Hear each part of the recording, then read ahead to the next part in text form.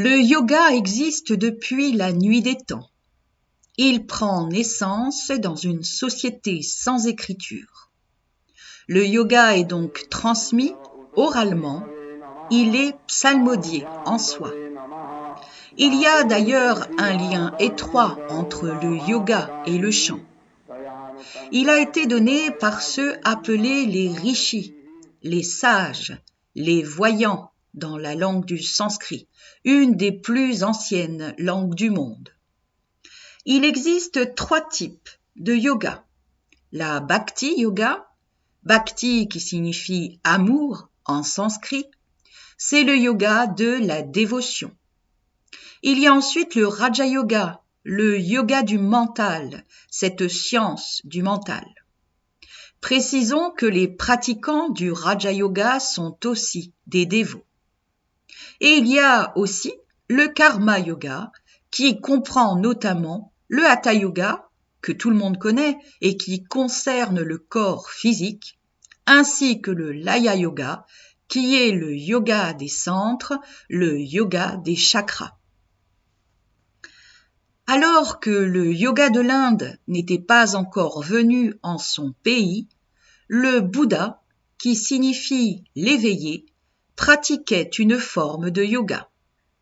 Ce n'était pas une philosophie car le yoga est une pratique quotidienne et le Bouddha est parvenu à libérer son moi spirituel.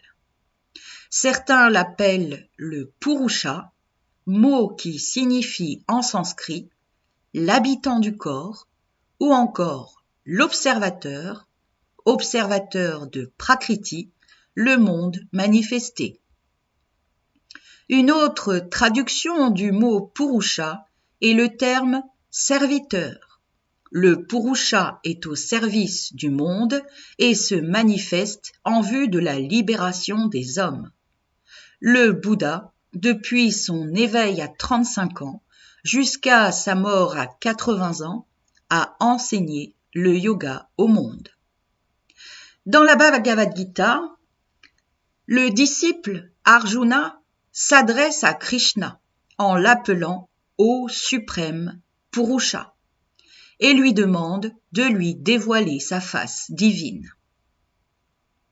Patanjali, dont on ne connaît pas précisément la date de naissance, a été le premier à retranscrire le Raja Yoga des Rishis.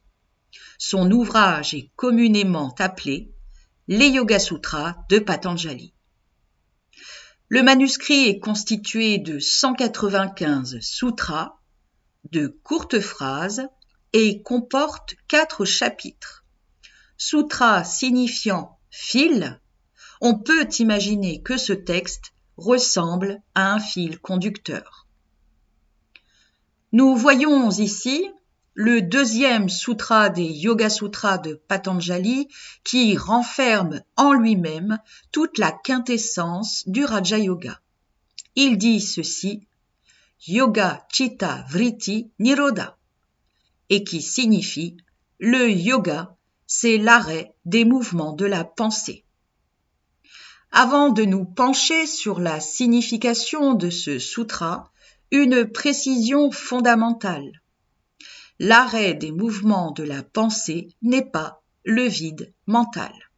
En effet, bon nombre de pratiquants de la méditation disent méditer sur le vide. Méditer sur le vide est contraire au yoga.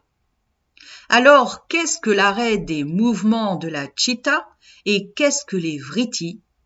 La réponse dans la prochaine vidéo Yoga Chitta Vritti Nirodha.